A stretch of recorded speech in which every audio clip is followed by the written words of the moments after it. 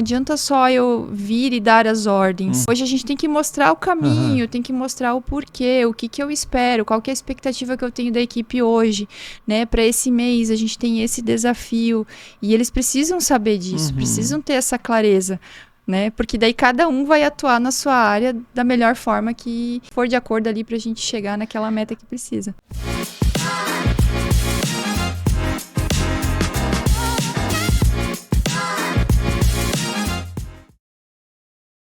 Olá, sejam muito bem-vindos a mais um episódio do GLCast. Hoje nós estamos aqui com uma convidada muito especial, a Thaís, que ela é coordenadora da malharia da RIFOR, que pertence ao grupo Marlan. Thaís, muito obrigado por ter aceito esse convite.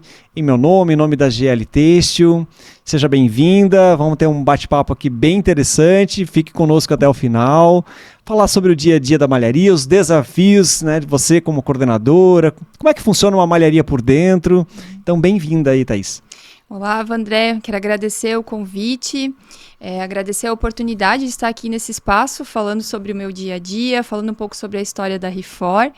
E dizer que os nossos desafios aí, que muitas das empresas têm isso no dia a dia, né? De que forma que a gente supera eles, contar um pouco da nossa história, um pouco de como a gente conduz as coisas dentro do nosso negócio hoje. Então, quero agradecer demais aí essa oportunidade e vamos bater um bate-papo bem legal. É isso aí. Thaís, então, falando de história, como começou a tua história no têxtil? Quanto tempo faz isso? Eu gosto muito de contar a minha história no têxtil. Eu iniciei com 16 anos, numa empresa de moda infantil também. Eu tive uma breve passagem por um adulto feminino, mas o infantil sempre me brilhou os olhos. Te encantava. Sempre gostei muito de trabalhar com roupa de criança. Então, eu tive essa trajetória, trabalhei em empresa pequena, passei por muitas áreas, adquiri muita experiência. E aí, quando eu entrei no Grupo Marlan, hoje eu já estou há 7 anos trabalhando no Grupo Marlan, eu iniciei a minha trajetória na engenharia de produto, como uma analista, fui para a área de desenvolvimento, criação, né, de produtos, fazia uma parte mais burocrática do setor, né, o planejamento, o cronograma, o andamento das peças foto, da entrega desse mostruário aí para o representante e o lançamento da coleção. Isso me fez, assim, ter uma ponte muito grande e enxergar o outro lado, quando se fala em desenvolvimento da malha em si, né? Eu via o fio sendo escolhido, eu via a malha sendo criada, eu via aquele croquis sendo desenhado.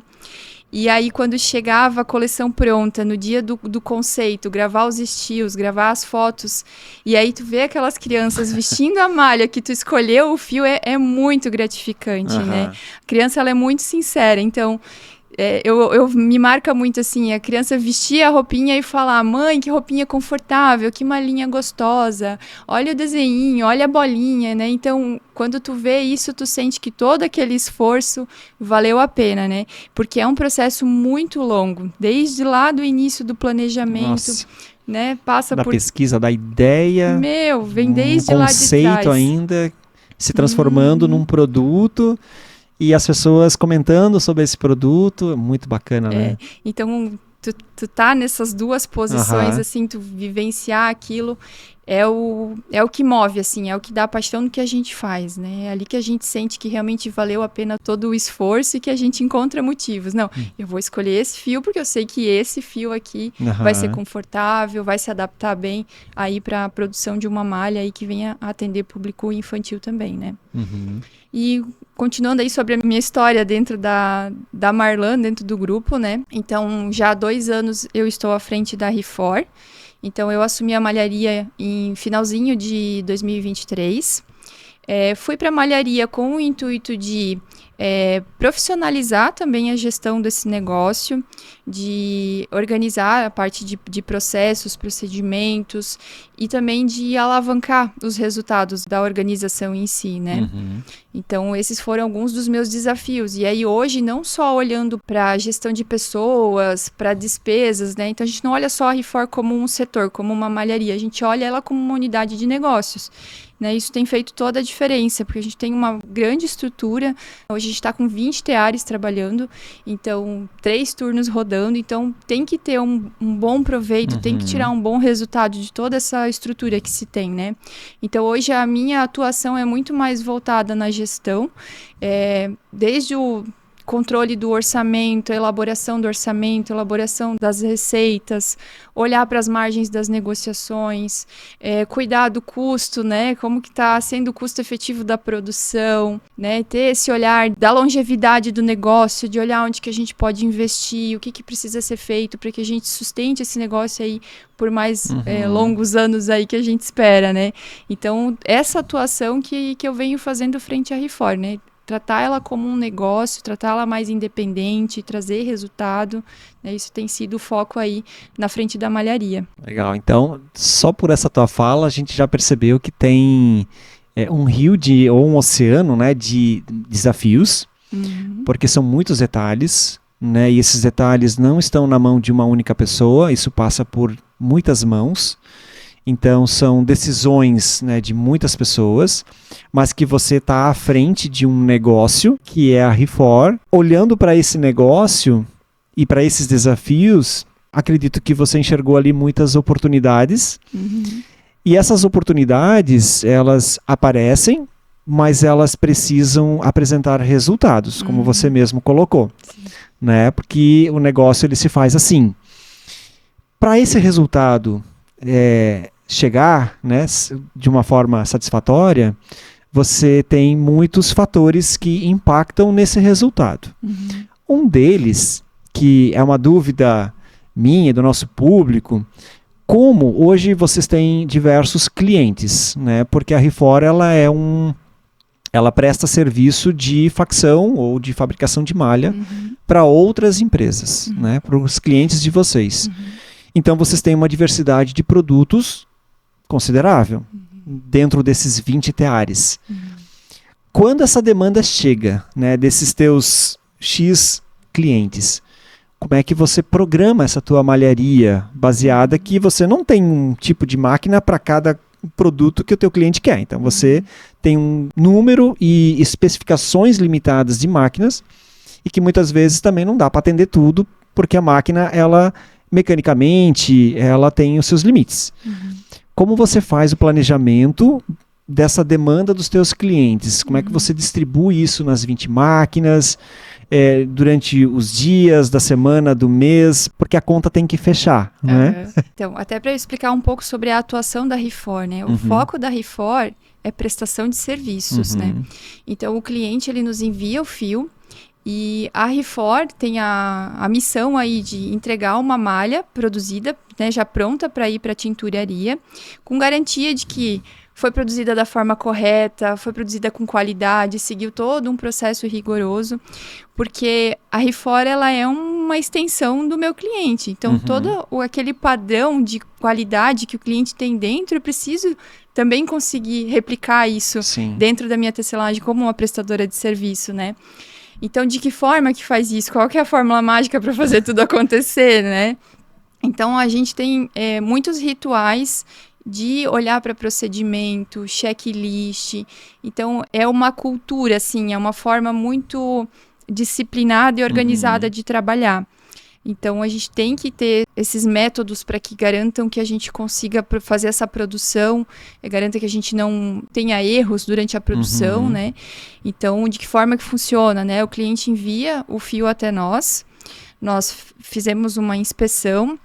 Então, desde a entrada, esse fio é separado, é feita uma identificação, tem uma pessoa que vai lá, faz toda a checagem do fio. É uma etapa extremamente importante para nós, porque como a gente tem vários clientes, o que acontece? Às vezes eu tenho o mesmo fio, mesmo título, mesma composição, da mesma fiação, às vezes chega a ser até o mesmo lote. Então, de clientes diferentes. De clientes diferentes, né? Então, isso precisa ser muito bem identificado, né? Para que não ocorra aí algum engano de, né, carregar errado ali o cone de algum cliente ali, né, em outra máquina. Então, é feita essa identificação com o nome do cliente, qual que é o tipo do fio, o código interno do fio, né? Então, cada fio tem um código separado para cada cliente. Então, qual que é o número do tear que vai ser abastecido? Isso facilita de uma forma visual que a pessoa que vai pegar a caixa para carregar sabe, opa, esse fio é desse cliente e está em tal tear. Ajuda muito ali no dia a dia para o pessoal que está na operação, pegando essas caixas e carregando até os teares, né? Esse fio, ele entra, feita essa entrada, a entrada é feita via depósito, via sistema, então a gente abastece um depósito de sistema mesmo, com a informação da quantidade que entrou de cada fio, passa pela mão da analista, a analista faz a programação, então a analista ela tem uma visão de toda a sequência das máquinas, então hoje ela sabe mais ou menos ali, de X até X tear tá com tal tipo de malha, tá com tal estrutura rodando, e aí ela vai fazendo essa análise de acordo com a quantidade, aonde que ele encaixa melhor, e um fator muito importante, a necessidade do cliente. Então, às vezes, eu não vou conseguir atender no prazo, e aí a gente precisa remanejar algumas máquinas.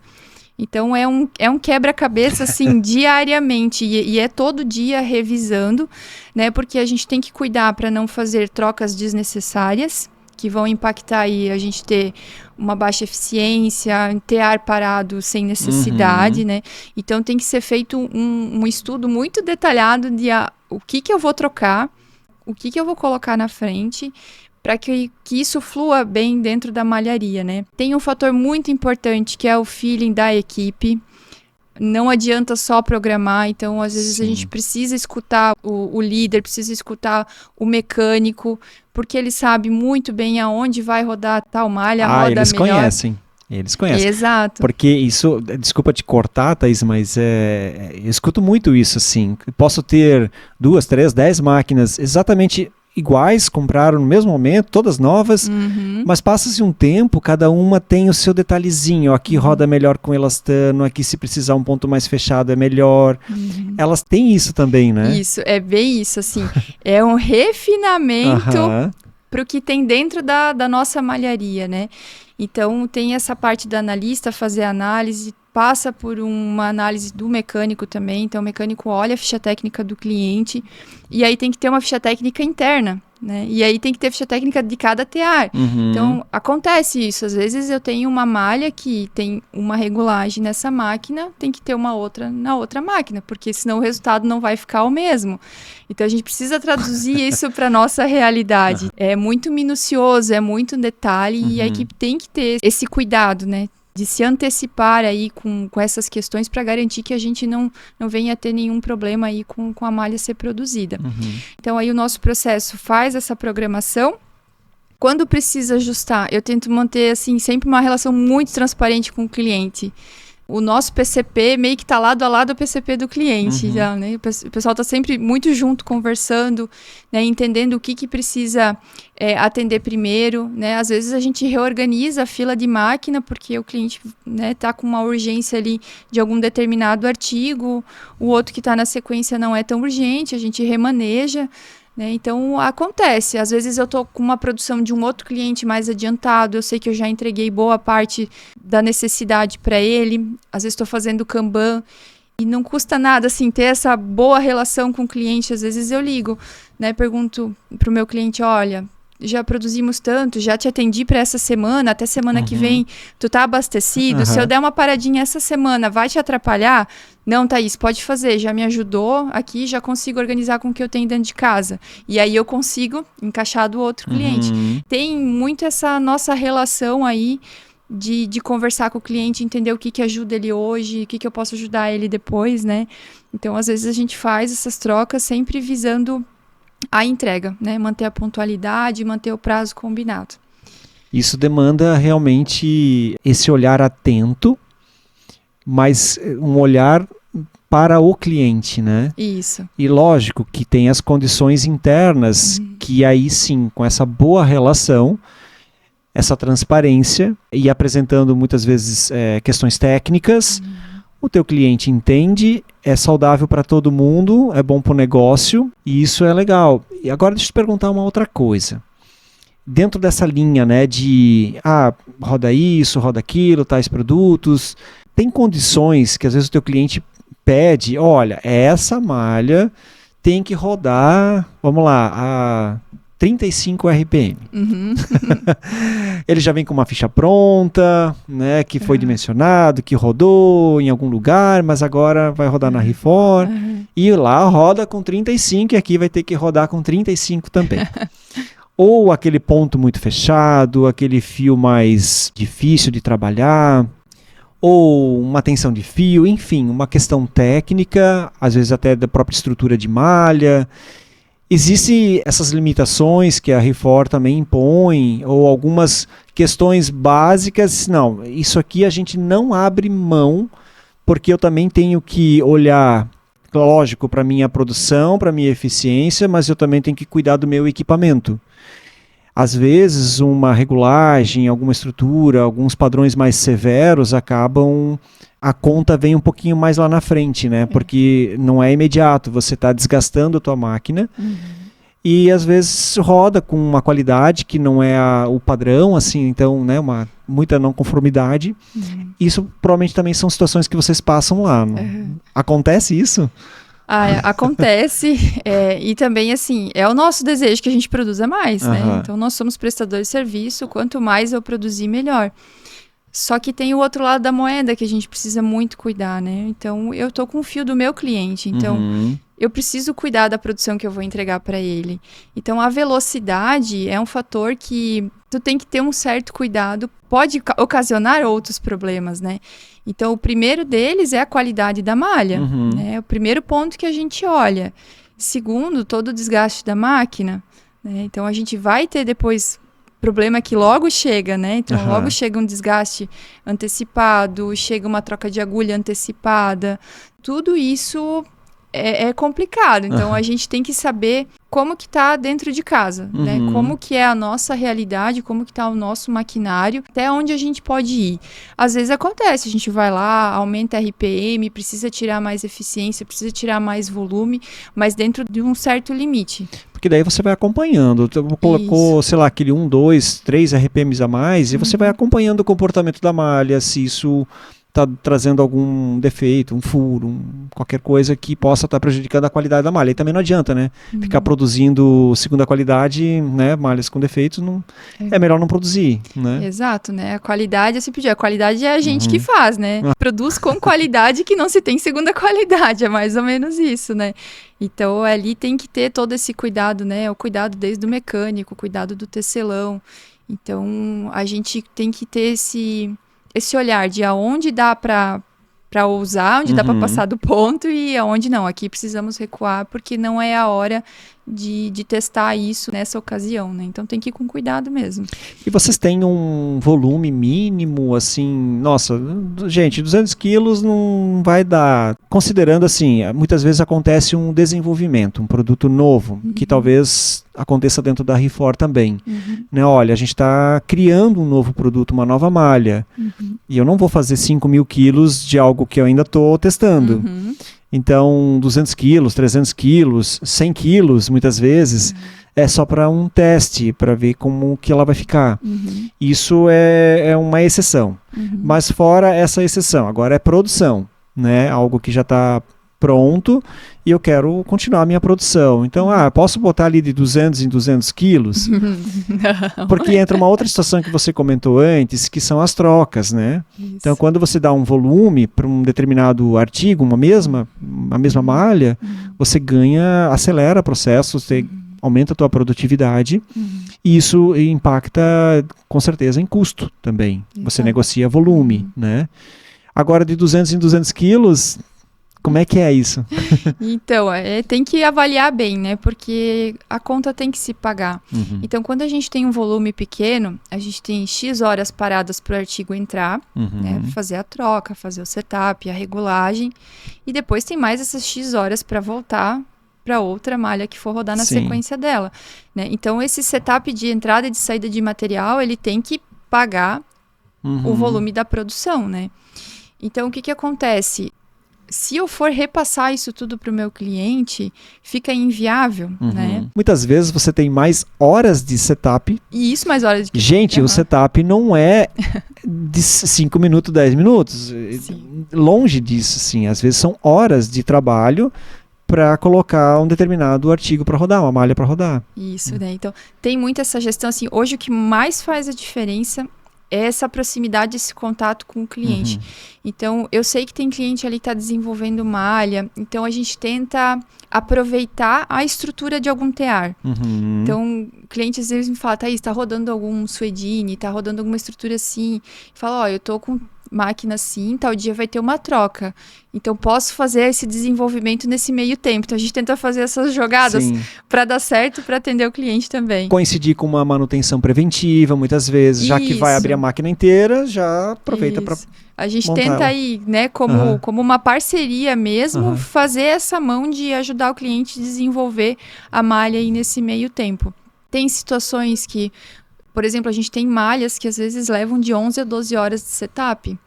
Então, a gente tenta antecipar algumas programações. Então, eu falo com o cliente, olha, a gente vai levar X tempo para fazer essa tua malha. Consegue me adiantar alguma coisa? Vamos aumentar um volume aqui, né?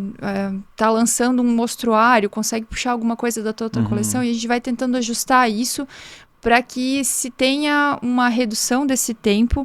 E também, assim, não é nem só eu resolver o meu problema, eu resolvo o problema do cliente, porque o que acontece? Às vezes tu programa, tu faz aquela quantidade, atende o cliente. Na outra semana ele precisa de novo.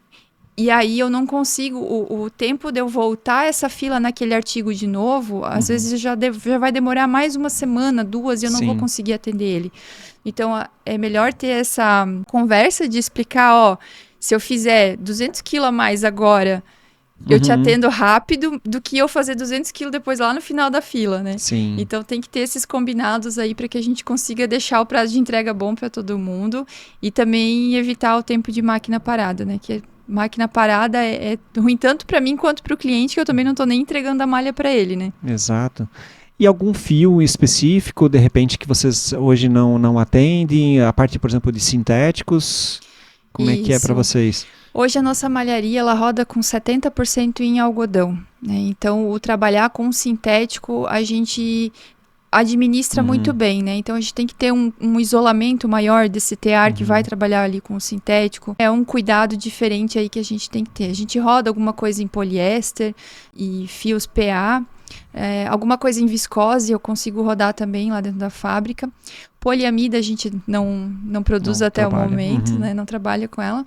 Mas, assim, é uma oportunidade que a gente já identificou, né? Então, aí, quem sabe, aí daqui a alguns meses a gente consiga trabalhar alguma coisa nesse sentido, né? Mas hoje, na nossa estrutura, o nosso foco realmente é trabalhar com malha de algodão, aí com fibra de algodão. Sim. Em relação à qualidade, né, os principais defeitos que vocês têm hoje nas malhas.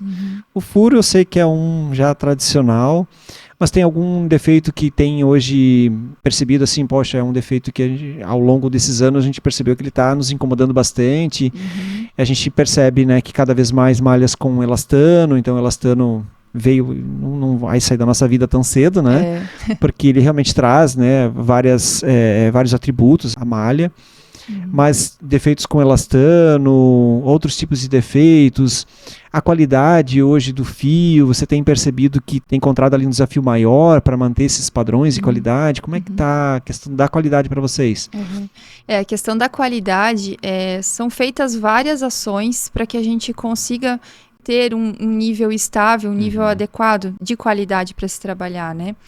Então, desde do fio, né? O fio, assim, eu recebo o fio do meu cliente, então eu não tenho muita ação sobre aquele fio.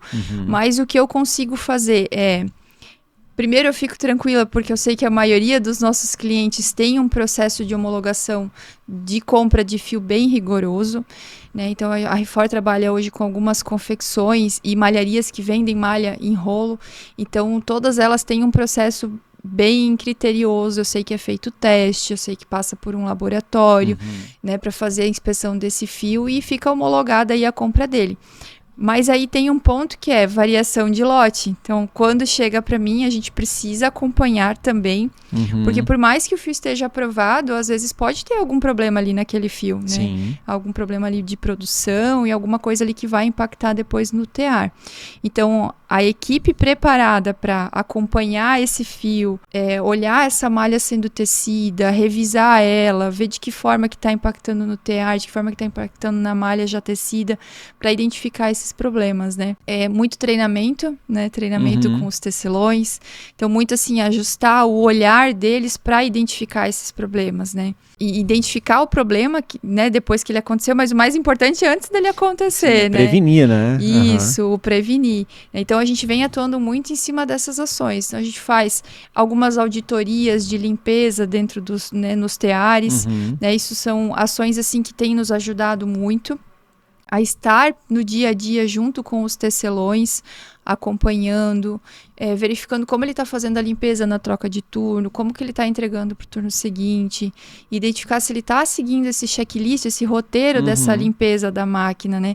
Porque é ali onde vai passar buchinha, né? Se não limpou adequadamente, deixou acumular pó na fita, Sim. Vai desregular a gramatura da malha. Então, são vários detalhezinhos que às vezes o tecelão nem sabe, né? Então, quando a pessoa está ali, está sendo treinada, ela precisa saber o porquê que ela está fazendo aquilo. Exatamente. Né? Então, nessa inspeção, a gente acompanha o carregamento dos Meminger. Né? Então, não adianta só ir lá e falar, carrega o Meminger, mas por quê? Né? Por que tem que deixar ele carregado? Aquela quantidade mínima de voltas ali, né? Isso, né? Então, isso é super importante. E aí, fazer o colaborador entender e ele comprar essa ideia de que deixe tudo funcionando para, de uma forma preventiva, a produção dele fluir melhor. Sim, porque se ele perceber no final das contas, é bom, claro, para a empresa, para o cliente de vocês, que vai entregar no tempo, vai entregar na qualidade, mas o cuidado que ele tem, né, com esse ambiente de trabalho, principalmente com o tear, ele vai se beneficiar disso. Porque ele não vai passar, provavelmente, o dia inteiro reclamando da máquina, do fio, do não sei o quê, porque ele mesmo descuidou da máquina, né? Se for ver, ele é o primeiro ponto de controle de qualidade, ele é o próprio mecânico dessa máquina, que pequenas coisas que acontecem ali, ele que está identificando se o ventilador não está rodando, se a luz não está acesa, se o botão está travado, ele percebe essas coisas. E muitas vezes, um fio que está passando errado, ele é a primeira manutenção. E se ele não cuida disso, esse zelo, né, esse cuidado, esse olhar, né, com esse detalhe, ele está arrumando um problema para ele mesmo. Né? Ele passa o dia inteiro estressado, mas por uma coisa que ele mesmo não cuidou. Sim. E eu tenho percebido isso nas minhas visitas, consultoria em malharia, que isso acontece frequentemente, assim, né? Um descuido. E aí pergunta, mas você teve o treinamento? Sim, me disseram que tem que fazer. Mas você sabe o porquê? Não, isso eu não sei. E é bem isso que você comentou agora, né? Esse é o ponto. Então, a gente teve um resultado muito bacana com essas ações que a gente vem fazendo, dessas auditorias, né? Então, assim, não é para ser uma coisa pesada, não é, o líder tá vindo aqui auditar a minha máquina. Eu vou muito com o intuito de mostrar para ele, essa situação aqui, ela vai lá na frente te impactar dessa forma. Né? Então, vamos ajustar aqui, né? Vamos fazer essa limpeza corretamente, vamos carregar esse Meminger, vamos amarrar esses fios da gaiola com um nó bem pequenininho, nó bonitinho. um nó bem bonitinho para passar carga, não dar furo na malha. Tem esse cuidado, né? Então, às vezes, a gente passa, olha, a gaiola tá cheia de pó, né? E aí mostrar, né? Esse pó que está em cima do fio, ele vai passar no caçanol, ele vai embuchar, vai virar furo lá na malha a hora que tecer. Ter esse conhecimento do que vai acontecer ali para frente, né? Então, a gente vem trabalhando dessa forma com a equipe. E aí, o que eu ia falar ali que deu muito resultado são reuniões de daily. A gente vem fazendo daily na área. Né? Para a produção. Para os teares. Isso, e faz uma conversa ali. Isso, né? Então, o intuito não é o parar o tear, então a gente sempre pega uma troca de turno, né? No começo do turno, assim. Mostra um pouco dos indicadores, né? O que foi feito de produção no dia anterior, né? Quilos produzidos, percentual de eficiência do dia anterior e como que tá naquele momento. E aí ali a gente já consegue tratar algumas dificuldades, alguma coisa que aconteça ali no dia, né? Então, que nem tu falou, o tecelão tem que ter esse olhar de como o tear tá rodando, né? Um ventilador não tá funcionando. Enfim, qualquer probleminha que tiver, a gente vem, discute nessa reunião, já passo tudo no quadro e aí a gente ajuda a fazer essa cobrança da equipe. A equipe mesmo se cobra e vai resolvendo o dia a dia, né? Então, a ideia é tomar ações rápidas, né? Ainda dentro do turno, resolver. Né? Tem uma peça quebrada, tem alguma peça que precisa fazer uma manutenção.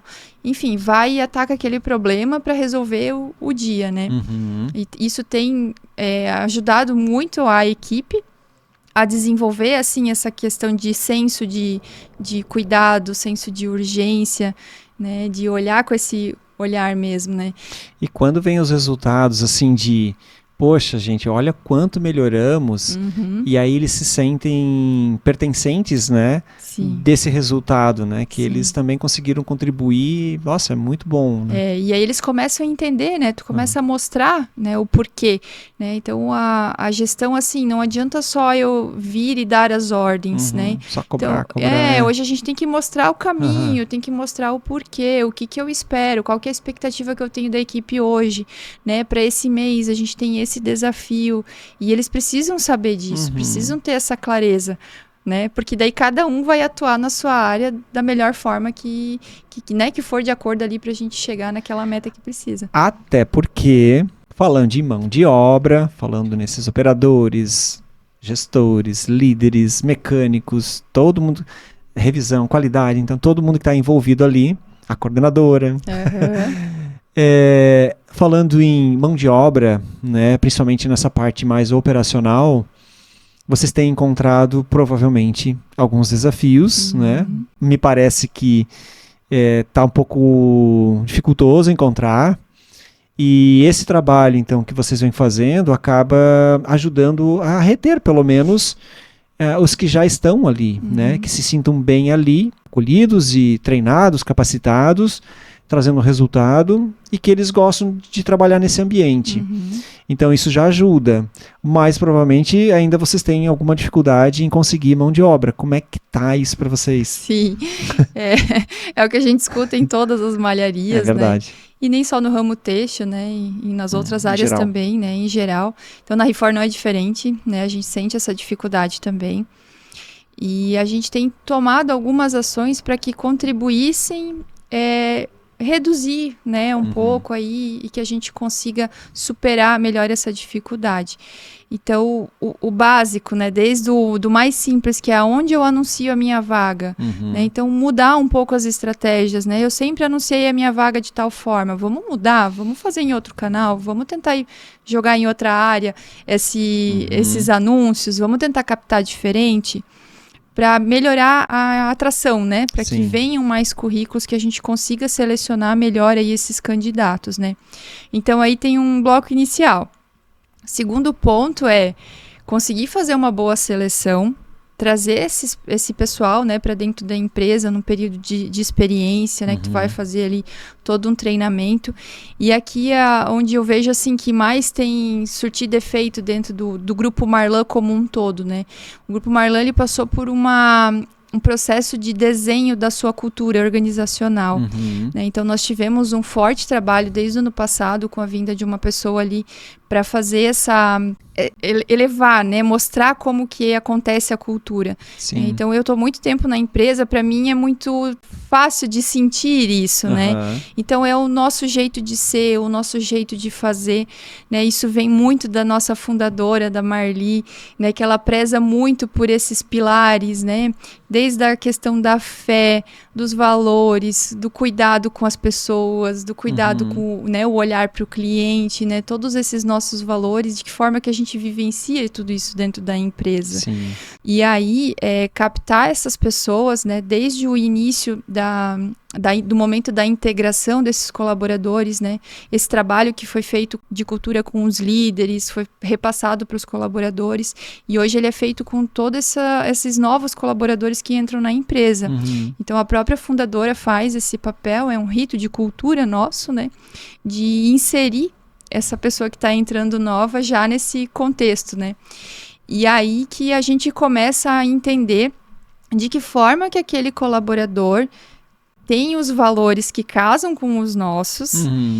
E aí ali a gente começa a investir nessa pessoa, começa a conseguir treinar ela, começa a conseguir desenvolver ele na função, né? Então, quando tem esse amor pelo que faz, né? Sabe que quando a gente vai lá e cobra limpeza, cobra organização, não é só porque a gente está cobrando, é porque é o nosso jeito de fazer as coisas, né? Tem um porquê, né? Tem todo um enredo ali, tem todo um motivo das coisas serem dessa forma, né? Investir muito em treinamento, né? Então, trazer essas pessoas... Nossa, isso é importantíssimo. É importante, demora para fazer, não é rápido, né? Então, mas o líder tem que ter muito esse olhar para a pessoa, né? Fazer muito as avaliações, as conversas de feedback, né? E ter esse alinhamento das expectativas, né? O que o colaborador quer, o que a gente espera dele, né?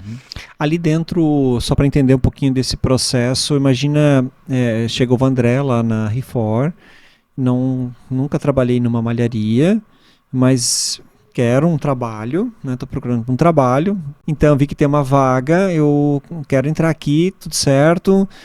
Como eu começo? Como é que é esse processo assim do Vandré, que está começando, não conhece nada, para onde eu vou? Pensando mais no operacional mesmo, assim, né? Você já explicou toda essa parte ali, desenvolver a cultura, tudo isso, mas ali dentro, assim, eu vou já direto para o TEAR, eu quero ser mecânico, porque eu sei que o mecânico ganha um pouco mais. Não é bem assim, né? Não, tudo tem um caminho, né? Então, a gente tenta inserir esse colaborador, quando vai fazer esse treinamento com ele, uma visão sistêmica do negócio. Né? Então, geralmente inicia como um auxiliar, né? Então, vai aprendendo a identificar os fios, identificar os títulos, por que o fio que ele está pegando é um fio 30, não é um fio 10. Sim. Né? Aonde que tem que carregar esse fio as no composições. Composição, né? Por que é algodão, por que é poliéster, por que tem uma cortina isolando um tear do outro. Sim. Né? Isso tudo ali a gente vai inserindo esse colaborador para que ele vá tendo o conhecimento de como funcionam as coisas dentro da malharia. E ele vai sendo treinado, vai aprendendo a função dele e aí aos poucos vai aprendendo novas funções. Que nem eu falei, vai muito do analisar o colaborador, né, identificar essas oportunidades que ele tem que ele se destaca, né? Porque as pessoas começam a mostrar, né? Mais comunicativo, mais curioso, e ali tu começa a perceber e começa a encaixar eles nas funções. Sim. Né? Então, muita conversa antes, né? Eu não jogo o rapaz lá no TEAR, ou vai aqui tocar, não. A gente tem esse cuidado, né? Então, a gente mostra muito a importância disso, porque o TEAR é um equipamento muito caro, né? E sensível, apesar de ele parecer uma máquina muito robusta, mas tem elementos ali muito sensíveis, né? Então, então mostrar todo esse cuidado, né, que ele tem que ter, aonde que ele não pode mexer, né? Isso ainda na função de auxiliar dele, né? Todo o cuidado que ele tem que ter quando ele está ali em volta daquele TEAR trabalhando. Ele já abastece máquina também, ali carrega os cones. Abastece máquina, carrega os cones, faz a amarração, né?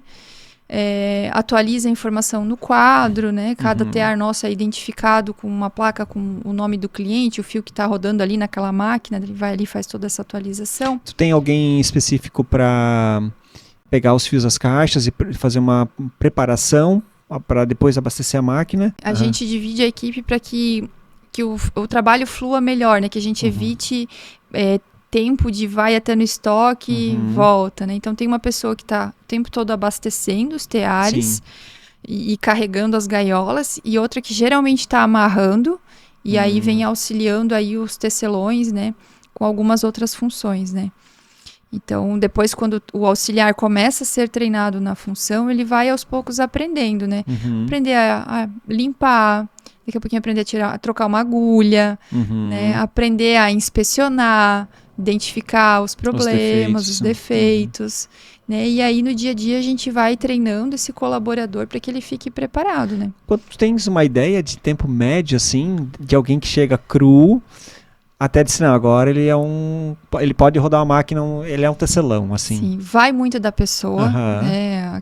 a questão da pessoa em si, da performance dela conta muito, mas no mínimo aí para mais de 6 meses, com certeza.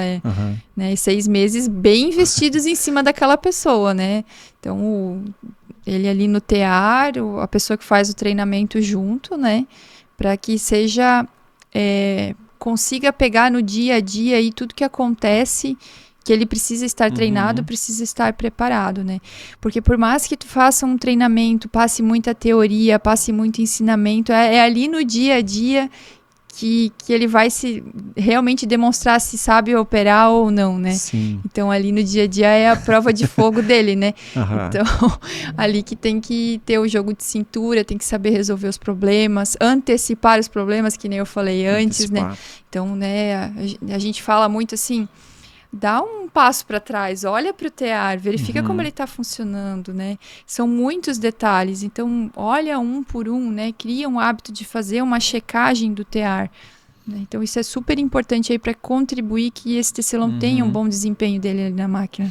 E é fantástico assim, Thaís, como eu tenho percebido isso, que quando você percebe que uma determinada empresa, fábrica, uma malharia, ou determinados tecelãs, que tem muitas mulheres também que trabalham como tecelã, eles já têm um grau de conhecimento não só da operação que eles estão fazendo, sei lá, um tecelão, ou um revisor, mas quando eles têm um conhecimento do todo, essa visão sistêmica, é diferenciado.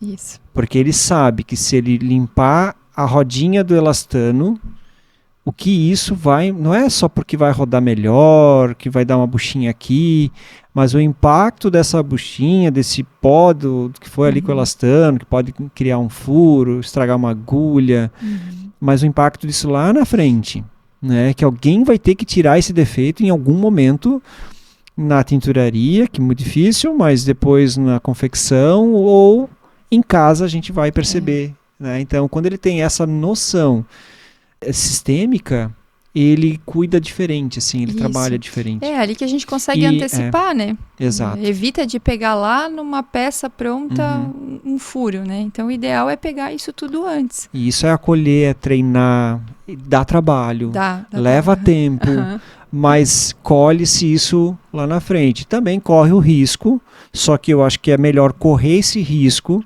de capacitar, treinar, para que ele produza cada vez mais e melhor, mas tendo o risco de, depois de ter feito tudo isso, capacitar, treinar, ele vai embora, assim, né? Mas é melhor correr esse risco do que é pior não treinar e ficar com ele, né? Sim.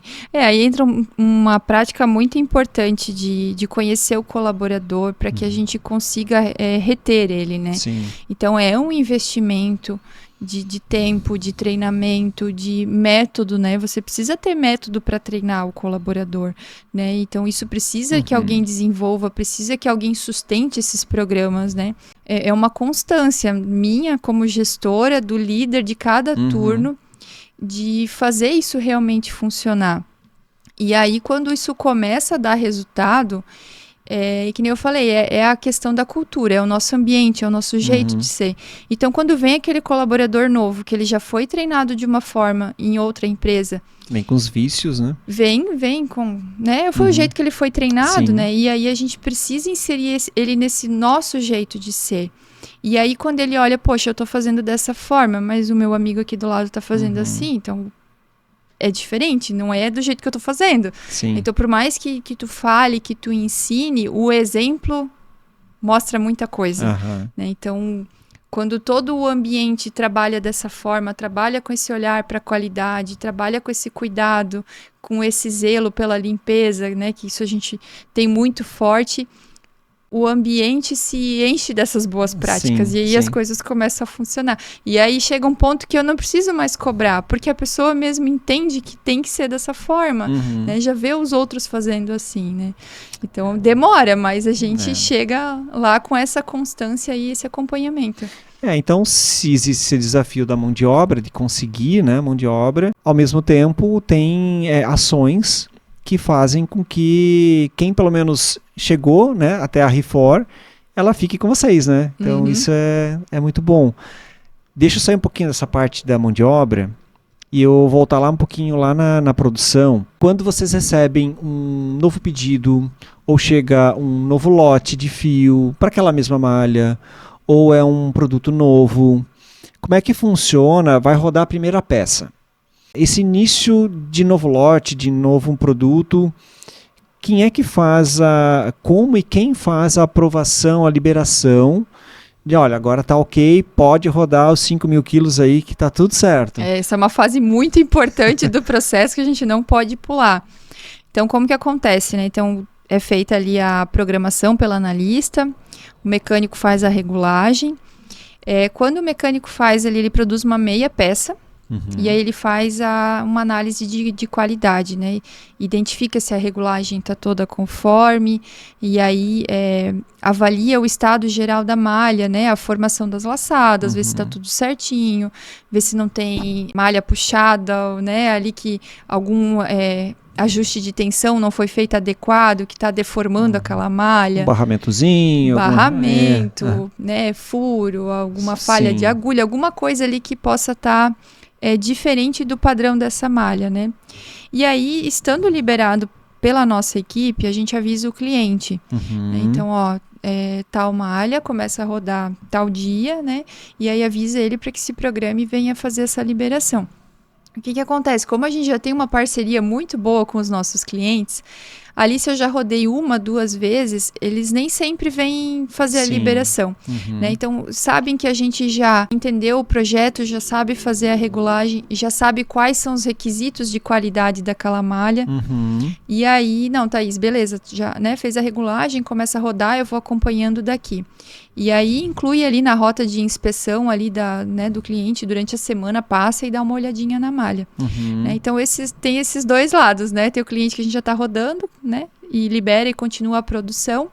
E aí o que é novo a gente aguarda o cliente vir fazer a conferência e liberar, né? Para rever se é uma malha que a gente nunca fez, não conhece. Aí a gente sempre espera o cliente fazer essa liberação para que eu continue rodando a produção.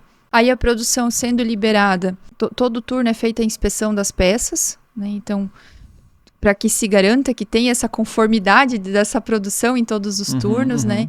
E aí os tecelões também são orientados, qualquer problema que tiver ali naquela peça, deu uma intercorrência, separa e deixa ela para o líder do turno avaliar, fazer marcação, alguma coisa que precisar ser feita ali, que o cliente precise ser comunicado, né? Então, completando esse ciclo, né, de produção, todo o rolo ele é pesado via sistema, ele gera um número de rolo que abastece o depósito depois da malha crua, né? Então tem o depósito do cliente do fio e tem o depósito da malha crua do cliente, né? E todo o rolo ele recebe uma etiqueta fusionada com código de barra, que eu consigo ter uma rastreabilidade desse rolo. Eu mesmo ia perguntar, porque eu sei que tem clientes que cada cliente tem um jeito diferente de fazer a identificação, a marcação ali na peça, né? Umas com a caneta, com uma tinta, outros é uma etiqueta. No caso de vocês, sempre vai uma etiqueta fusionada, porque daí fica presa, bem presa ali a malha, passa pelo processo de tinturaria e ainda você tem ali como identificar aquele rolo e rastrear isso. Né? Isso. Essa etiqueta ela é bem importante, porque nela tem as informações do código da malha, o código do tecelão, né? Quem foi o tecelão que produziu, qual foi o turno, qual foi o dia que ele fez aquela malha, né? Então ali a gente consegue ter esse rastreio. E cada cliente trabalha realmente de uma forma. Então, tem cliente que eu envio a minha etiqueta fusionada, tem cliente que eu recebo a etiqueta dele. Né? E aí eu fusiono a etiqueta do cliente mesmo conforme a solicitação dele. Aqui entra um ponto bem importante que a gente tem aí no nosso dia a dia. Como prestadores assim, de serviço para vários clientes, a gente tem que identificar o DNA do cliente, é o que eu digo assim. É o jeitinho de cada um. Então, muitos dos clientes têm contrato, tem manual de instruções, né, e ficha técnica, a OT, né, a ordem de tecelagem, mas como que você pega todas essas informações do cliente e traduz isso para a tua equipe? Isso é bem complexo, né? Então, a gente tem o hábito de criar manual do cliente. De cada cliente eu tenho um documento escrito com todos os detalhes, né? Como que eu preciso programar a malha dele, quais as informações que tem que sair no campo de observação da OT dele. as anotações que precisam ser feitas nessa malha, né? Então tem ali um padrão, né? Anotar a flecha no começo, no final do rolo, anotar com caneta, Essa anotar flecha com é para tinta, marcar o sentido da malha. para marcar o sentido da malha, né? Então tem cliente que pede, a gente precisa marcar, e tem cliente que não precisa. Mas a equipe tem que estar afinada, porque como é que ele sabe que uma hora ele marca, uma hora ele não marca? Pois é. Né? Por que tem que marcar? Que cara chato esse cliente. O que vai fazer uma seta ali? O que ajuda ele? Eles muitas vezes não fazem ideia, né? Do porquê. E é muito, muito cuidado envolvido, né? Então é muito assim, um olhar fino, né? É realmente parar e olhar o que está acontecendo, né? Às vezes a gente produz a mesma malha, tem 2 clientes rodando, então todo esse cuidado, né? Essa malha é do cliente X, essa aqui é do Y, tem que ter toda essa separação. Sim. Então tem que ter mesmo esse cuidado, tirou do tear, já marca qual que é, né? Coloca no pallet correto para que depois seja feita a pesagem correta dessa malha, né? Então tem essa questão toda assim de ter esse manual com todas essas informações, né? Então, até depois que eu produzi a malha, a forma como eu vou faturar, que informações eu tenho que colocar no campo, vou devolver o fio para o cliente, né? Posso devolver tudo na mesma nota? Não, eu tenho que devolver OT por OT. Sim. De cada cliente tem o seu jeito de trabalhar. Esses saldos, o que sobrou. Isso, né? No final da produção, né? Se sobrou acima, se sobrou abaixo, tem que fechar o fiscal ali, né? Tem que fazer esses acertos, né? Aí a analista faz junto com o fiscal ali do nosso cliente para que esses volumes fechem, né? Vocês têm um ajuste de quebra da malharia? Ele não é... Como é que é isso? É polêmica? Esse tu corta. Tá. Tem um pouco de ajuste, sim, né? Porque a gente tem um consumo de fio quando tu entra na máquina, né? Então, esse consumo de fio, ele precisa ser representado, porque igual ele produziu, tanto para entrar, né? Sobra de cone, tudo isso teve esse trabalho ali da tecelagem, né? De abastecer a máquina, né? Então... tem essa quebra precisa contar, porque senão não fecha depois as informações, né? Então é muito assim um ajuste, tem que fechar os nossos dados com os dados do cliente, né? Então é feito esse acerto, né?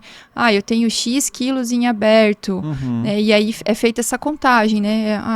Tá em ponta de produção de ajuste de tear, tá em alguma ponta de qualidade que foi tirada, tá em sobra de cone, né? Isso tudo é feita essa contagem para que o acerto fiscal feche, né? Sim, no final aqueles 1.000 quilos que entraram, tem que voltar eles têm tudo que de alguma forma. sair de alguma forma, isso, né? Ou em pó, ou, né, o pó do algodão. O pó nunca pensei em devolver o pó, mas a caixa conta, o peso da caixa, o peso do cone, né? Sim, tudo conta. Isso tem que ser assim muito ajustado, porque tem cliente que pesa o cone e tem cliente que faz pela média. Então, quando eu vou devolver aquilo lá, tem que fechar, né? Então, eu não teci papelão, mas ele tá na conta.